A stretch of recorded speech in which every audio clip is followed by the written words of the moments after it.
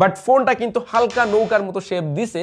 Tecno Spark 4D Pro Plus, এই ফোনটা thickness মাত্র 6.49 mm। এত পাতলা ফোন সহজে বেঁকে যাবে না, তো চাপ লাগলেই আমরা বেন টেস্ট করে দেখতে চাই। ওয়েট রেখেছি, ও আগে দেখেন স্ক্রিনটা কাজ করছে কিনা, একেবারে ব্র্যান্ড নিউ ফোন। ওয়েটের মাঝামাঝি আমরা ফোনটাকে রাখবো, দেন এর উপরে প্রেসার দিব। প্রথমে 3 কেজি, অল্প স্বল্প আগে দিয়ে দেখি কি অবস্থা হয়। তো 3 কেজি প্রেসার দিয়ে দিলাম।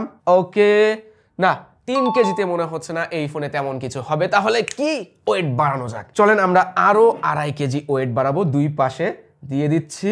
এবার দেখা যাক 5.5 কেজি ওয়েট এই স্পার্ক 4D Pro Plus ফোনটা নিতে পারে নাকি। মিসটাচ হচ্ছে, স্ক্রিনের সাথে মেটাল লাগলে মিসটাচ হয়, ওইটাতে কোনো সমস্যা নাই। বাট ফোনটা কিন্তু হালকা নৌকার মতো শেপ দিছে, আমার মনে হয় না প্লাস্টিক বডিতে এটা পার্মানেন্ট হবে। এবার এটাকে আস্তে আস্তে তোলা যাক, দেখি কি অবস্থা হলো। ওকে, ফোন কিন্তু বিন্দু মাত্র বাকি নাই। বলেছিলাম ওইটা পার্মানেন্ট থাকবে না, প্লাস্টিক বডি। বাট স্ক্রিন, হ্যাঁ স্ক্রিনে ঠিকঠাক কাজ করছে, কোনো ধরনের সমস্যা আমরা দেখতে পাচ্ছি না। মানে বেন টেস্টে এই ফোনটা টিকে গেল।